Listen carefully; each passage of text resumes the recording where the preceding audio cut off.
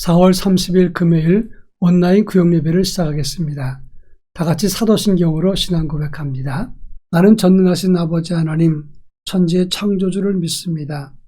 나는 그의 유일하신 아들 우리 주 예수 그리스도를 믿습니다.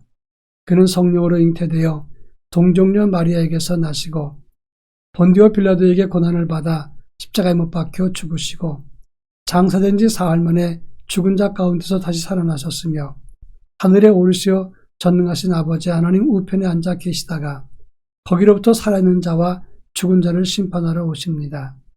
나는 성령을 믿으며 거룩한 공교회와 성도의 교제와 죄를 용서받는 것과 몸의 부활과 영생을 믿습니다. 아멘. 찬송가 344장 믿음으로 가리라. 찬송가 344장을 부릅니다.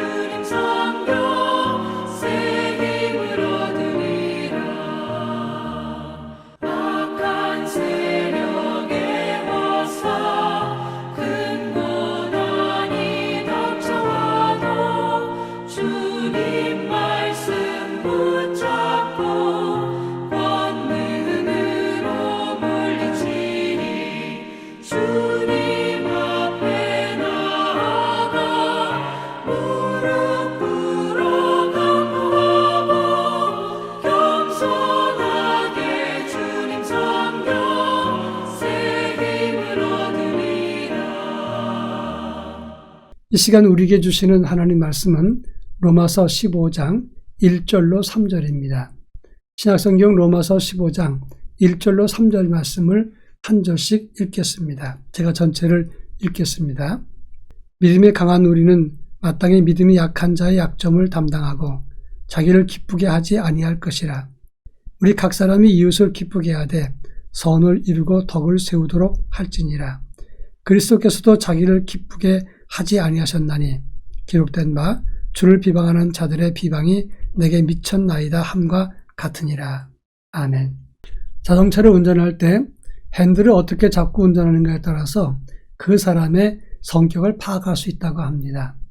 첫째는 핸들 10시 방향과 2시 방향을 두 손으로 잡고 운전하는 것을 계속 고수하면 완벽주의자 성향이라고 말을 합니다. 또 두 번째로는 핸들 오른쪽 아래를 잡고 운전하는 사람은 미니멀리스트라고 그렇게 말을 합니다. 오른손 한 손으로만 붙잡고 가는 것, 이런 사람인데 호들갑 떠는 것을 싫어하고 꼭 필요한 것만 하고 현재 상태를 유지하는 그런 스타일입니다. 세 번째는 핸들 아래 양쪽을 두 손 잡는 사람들은 보스형이라고 말을 합니다.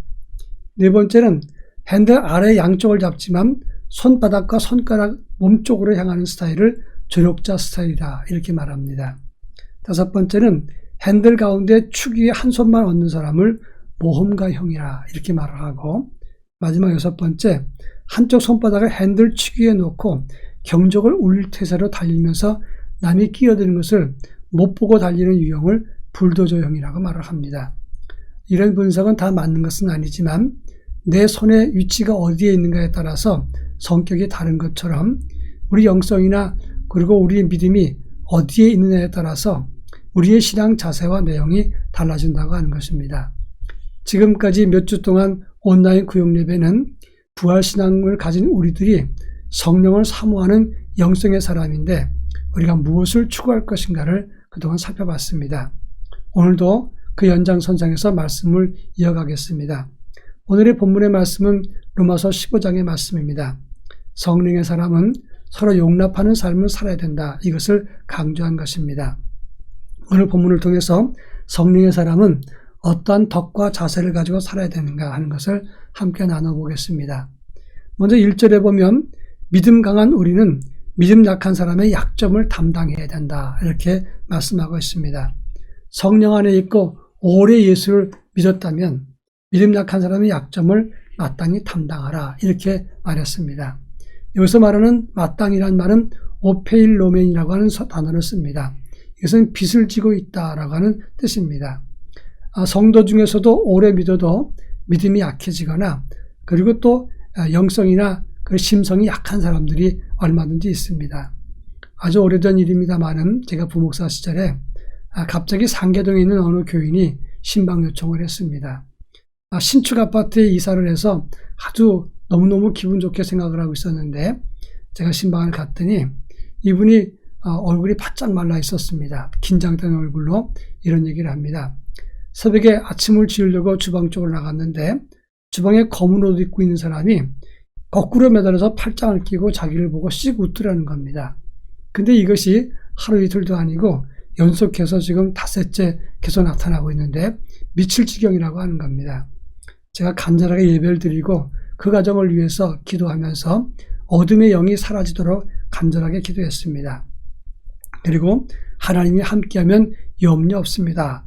이렇게 이야기를 하고 나가려고 하는데 이분이 아멘 이렇게 이야기하다가 마지막에 근데 목사님 또 나타나면 어떡하죠? 이렇게 약한 마음을 이야기했습니다. 다시 들어가서 1시간 동안 예배를 드렸던 것을 연장해서 또 기도회를 했습니다. 염려하지 마라. 다시 하나님이 역사하시고 그런 일이 없을 것이다 이야기를 해줬습니다. 그런데 제가 나오면서 1시간 동안 기도하고 말씀을 보고 또 기도하고 찬송 부르고 나올 때 다시 또 30분 이상 그렇게 했으면 2번이나 연거푸한 건데 그러면 1시간 동안 예배드린 건 뭘까 이런 생각을 했습니다.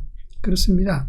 물론 그 다음에 아무것도 나타나지 않아서 감사하다는 인사를 받았습니다만은 우리가 아무리 기도하고 영역이 있어도 때때로 약할 때가 있다는 사실을 알아야 되는 겁니다. 자, 그렇다면 우리는 그런 사람들의 약점을 감추거나 함께 들고 갈 수 있어야 된다 하는 것입니다. 세상을 바꾸는 작은 관심이라는 책이 있는데 이 세상에서 가장 중요한 단어 6단어는 내가 정말 잘못했다는 사실을 나는 인정합니다. 이게 6단어라고 합니다. 가장 중요한 단어 5단어는 당신은 정말 훌륭한 일을 했습니다. 5가지입니다. 가장 2단어를 말한다면 정말 고맙습니다. 가장 중요한 한 단어는 우리, 그리고 가장 중요하지 않은 단어는 나, 이 단어라고 합니다. 약한 사람을 붙잡아주고 감싸주는 믿음을 가질 때 믿음의 사람, 성령의 사람이 제 역할을 감당하는 일이다 이렇게 말할 수 있습니다.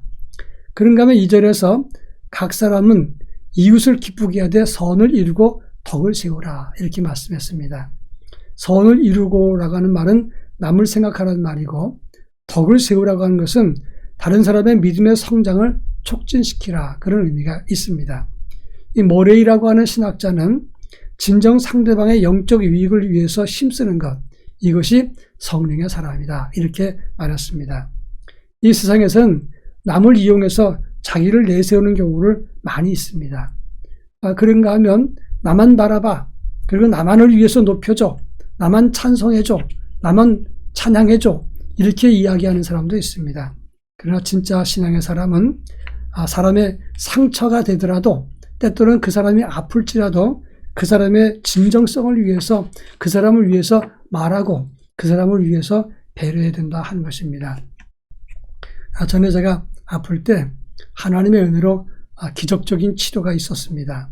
그런데 병원에 있는 동안에 하나님의 능력이 임한 것은 체험했는데 그러나 한편으로도 마음이 불안했습니다. 담당 주치의가 회진하면서 목사님은 괜찮으십니까? 제가 한쪽 발이 찌릿찌릿한데요. 그렇게 얘기했더니 괜찮습니다. 아니 제가 지금 팔이 찌릿찌릿하다니까요. 그러니까 아무 상관없습니다. 누워만 있는데 그럼 찌릿찌릿 안 하겠습니까? 저한테 그렇게 말을 해서 제가 할 말이 없었습니다. 갑자기 커튼을 확 치더니 목사님 일어서서 나가서 걸으세요. 제가 아직 좀 힘든데요. 그렇게 했더니 아니 꾀병하지 말고 빨리 나가서 걸으시라니까요. 아니 제가 속으로 그랬습니다. 꾀병이라니. 좀 죽었다 살아난 사람한테 꾀병이라니. 그렇게 얘기했는데 그러면서 제가 이어서 말했습니다. 근데 아직도 밤에 잠이 잘 안 옵니다. 괜찮습니다. 잠이 안 온다니까요. 한 3일 안 자도 괜찮습니다. 3일 안 자면 어차피 자게 돼 있습니다. 전 속으로 이런 나쁜 놈이 다 있나. 죽었다 살아난 사람한테 이렇게 말을 함부로 하는가. 근데 그분이 진짜 의사였습니다. 왜냐하면 그 사람이 저를 진짜 생각해 줬기 때문에 빨리 일어서서 활기찬 생기를 가지고 이제 당신 길을 가십시오라고 이야기했던 것입니다. 그렇습니다. 우리가 다른 사람을 생각할 때 그 사람의 눈치만 볼 것이 아니라 덕을 세우면서 그 사람의 믿음의 성장을 위해서 배려할 때 이것이 믿는 성도가 노일자리인 것이고 누군가를 돕는 성령의 사람의 모습인 것입니다. 마지막 3절에 보면 그리스도도 자기를 기쁘게 하지 아니하고 주를 비방하는 자들의 비방이 내게 미쳤나이다. 이렇게 말했습니다. 예수님은 언제나 자기를 기쁘게 하기보다는 다른 사람을 기쁘게 하는 일을 위해서 살았다고 하는 겁니다. 그런데 그런 인생에게 주를 비방하는 자들의 비방이 내게 미쳤다. 이 말은 그런 사람에게 비난과 모욕과 모함이 찾아온다는 것을 말하는 것입니다. 교회도 마찬가지입니다. 초보자가 열심히 됐고 그리고 진실일 때의 믿으면 교인들은 참 고마워합니다. 근데 그 사람이 열심히 참 더 나가면 그는 곧이어서 경쟁하듯이 경계하다가 나중에는 비방하고 모함하는 경우도 많이 있다고 하는 겁니다. 지금 하나님의 사람이 다른 사람을 위해서 해야 될 일이 무엇입니까? 세상 사람들이 기뻐할 일을 내가 감당해야 되는 것입니다. 하나님과 세상 사람들이 어떤 기쁨을 가질 것인가? 바로 그것을 위해서 내가 진정으로 돕는 역할을 해야 된다고 하는 것입니다. 전에 소개했습니다마는 박정희 대통령에 대한 평가는 찬반 평가가 많습니다. 이것은 그만큼 그분이 일을 많이 했다는 것을 뜻합니다. 저는 정치적인 이야기 하자는 게 아니라 박정희 대통령이 만들었던 3대 국책 사업이 있었습니다. 경부고속도로, 지하철 1호선, 그리고 소양강댐 건설, 이 세 가지가 3대 국책 사업이었습니다. 안 된다고 다 반대를 했습니다. 특히 경부고속도로는 작은 나라의 무슨 고속도로냐, 가장 많이 반대를 받았습니다. 그런데 그것은 끝까지 밀어붙였을 때 우리나라 경제발전을 이루는 큰 동력이 되었던 것입니다. 소양강댐을 지을 때도 높이가 123m, 길이가 530m였습니다. 대단한 장비도 없었지만 그것이 67년 4월 달부터 시작해서 73년 10월까지 6년에 걸쳐서 공사를 한 것입니다. 그런데 그 당시에 장비가 없으니까 구름대같이 많은 사람을 모아서 그리고 그 사람들의 일당을 주면서 그 흙으로 메꿨습니다. 국민 1인당 자갈과 흙 7가마니 정도 꼴로 갖다 부어서 그 댐을 완성했다고 하는 겁니다. 큰일을 하게 되면 때로는 욕도 먹습니다. 그러나 그것이 주의 일이라면 그 자리를 피하지 않고 바른 길로 가는 것, 그것이 예수님의 길이었고 우리 믿는 성령의 사람이 가는 길인 것입니다. 성도는 바른 신앙의 자리에 바르게 놓여 있을 수 있어야 됩니다. 반듯한 자기 신앙 관리와 다른 사람을 유익하게 하는 믿음, 이것이 하나님을 기쁘시게 할 것입니다. 이런 믿음의 사람이 되어서 부활신앙을 이어가고 성령 충만으로 하나님 앞에 복된 믿음을 계속해서 유지할 수 있기를 바랍니다. 기도하겠습니다. 사랑 많으신 하나님 아버지, 성령의 사람이 가야 될 믿음의 길을 함께 나누어 보았습니다.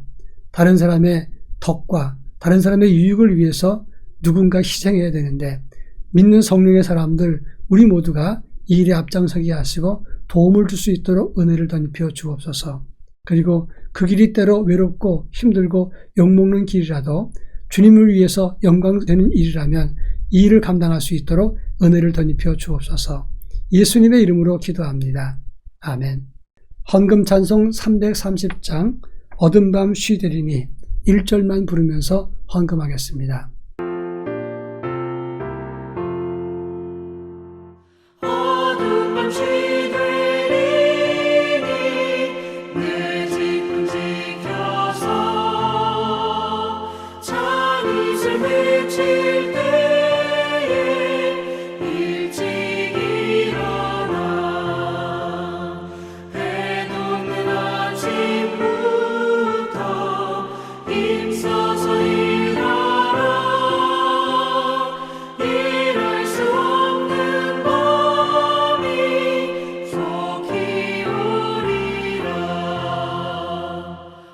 다 같이 기도하겠습니다.